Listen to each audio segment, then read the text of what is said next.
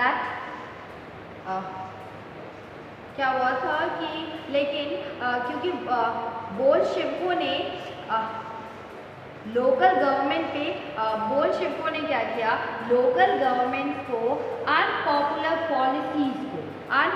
Policies को follow करने के लिए कहा, अनपॉपुलर पॉलिसीज उन पे थोपा लोकल गवर्नमेंट को और कहा कि आप इसको फॉलो करिए, ठीक है। ये हार्श डिस्करेजमेंट था और नोमैड्स पे थोपा।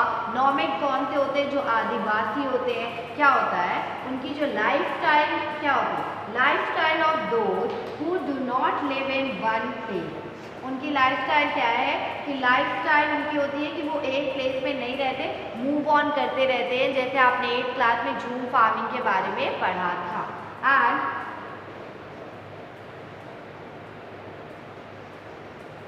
और उन्होंने नोमैड को रोकने की कोशिश की थी, डिस्करेजमेंट किया था, उन पे पॉलिसीज थोपी थी, जैसे हमारे ब्रिटिशर्स ने उन्हें बाउंड करने की कोशिश की थी। एंड इसीलिए क्या हुआ था कि डिफरेंट नेशनलिस्ट का विश्वास जीतने के और इसीलिए क्या हुआ, जब उन लोगों ने ऐसा थोपा तो इससे क्या हुआ, जो डिफरेंट नेशनलिस्ट थे वह ओनली पार्शियली सक्सेसफुल। और इसीलिए जो डिफरेंट नेशनलिस्ट का आप विश्वास जो अटेम्प्ट कर रहे थे कि उनका आप विश्वास जीत पाओ, उनका क्या था, वो सिर्फ पार्शियली ही सक्सेसफुल हो पाया। वो क्या हुआ, वो सिर्फ पार्शियली सक्सेसफुल हो पाया था। एंड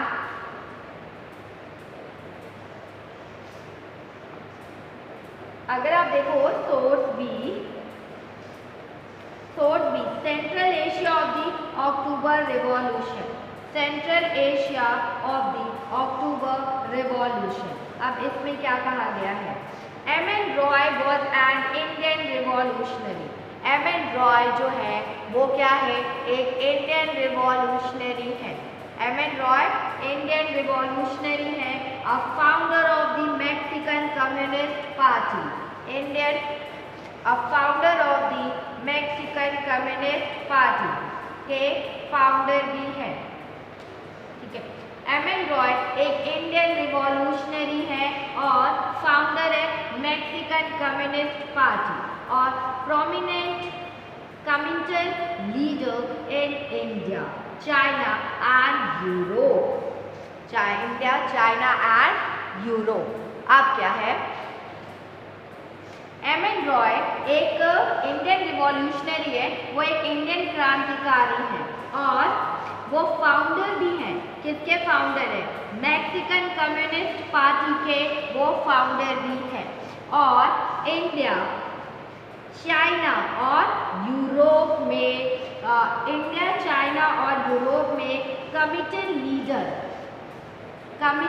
के प्रमुख नेता थे। आप कह सकते हो M.N.. Roy was Indian revolutionary थे, भारतीय क्रांतिकारी थे, founder of Mexican communist party थे, मतलब फाउंडर थे मैक्सिकन कम्युनिस्ट पार्टी के और प्रोमिनेंट कमिटल लीडर थे। प्रोमिनेंट कमिटल लीडर थे मतलब कि इम्पोर्टेंट लीडर थे, प्रमुख लीडर थे कमिटन के। किसके थे, इंडिया, चाइना और यूरोप में।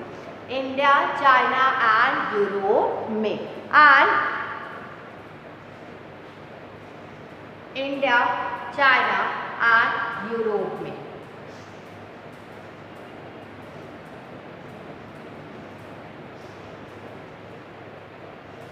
इंडिया, चाइना एंड यूरोप में वो थे।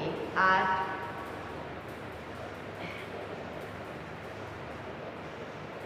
that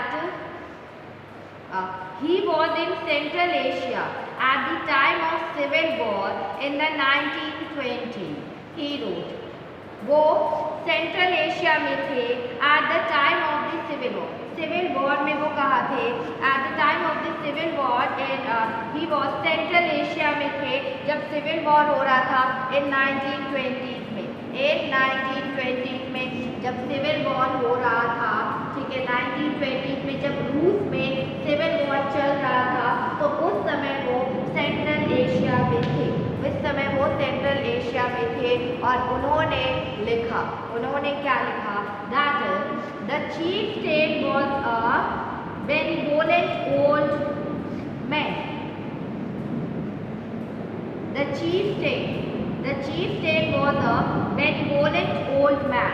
और वो क्या थे, उन्होंने लिखा कि जो चीफ स्टेट है एक भला सा बुजुर्ग था। ठीक है, चीफ स्टेट मतलब जो मुखिया था, मुखिया एक भला सा क्या था, बुजुर्ग था, एक भला सा बुजुर्ग था। एंड भला सा बुजुर्ग था।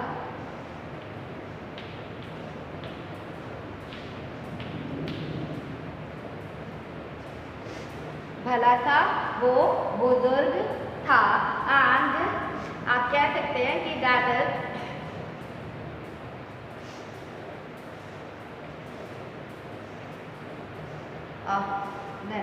हाँ, हिज अटेंडेंट उसका जो अटेंडेंट था अ यूथ था, उसका अटेंडेंट क्या था, अ यूथ था, उसका अटेंडेंट एक यूथ था जो स्पोक रशियन, जो रशिया भाषा बोलता था, रशियन लैंग्वेज बोलता था।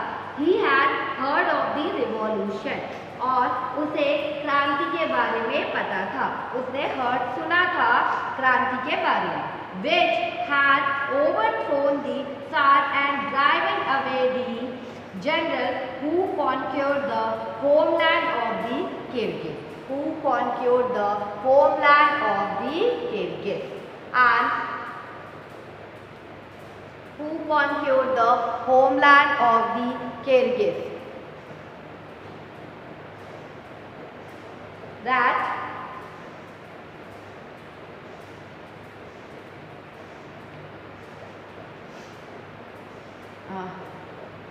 conquered the आप कह सकते हो कि उसे मतलब वो रूसी भाषा बोलता था, उसे क्रांति के बारे में पता था जिसमें तसार को राजगद्दी से हटा दिया गया था। जो तसार राजा था उसे क्या किया गया था, उसे राजगद्दी से हटा दिया गया था। और उन जनरलों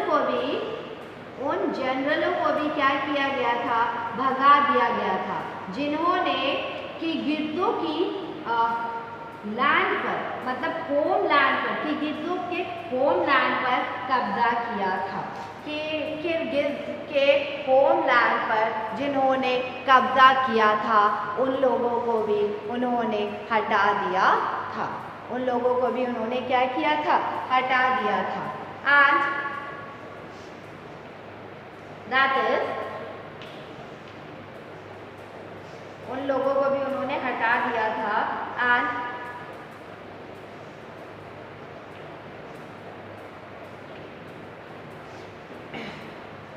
so the revolution meant that the Kyrgyz were masters of their home again। और जो रिवॉल्यूशन था उसका मतलब क्या था, इस प्रकार रिवॉल्यूशन का मतलब था कि अब जो किर्गिज़ लोग एक बार फिर अपने होमलैंड में क्या बन गए थे, अपने मास्टर्स, होमलैंड के अपने मास्टर्स बन गए थे, होमलैंड के अपने मास्टर्स बन गए थे तो किर्गिस्तान के किर्गिज़। और क्या हुआ था, दैट होमलैंड के वो अपने मास्टर्स बन गए थे।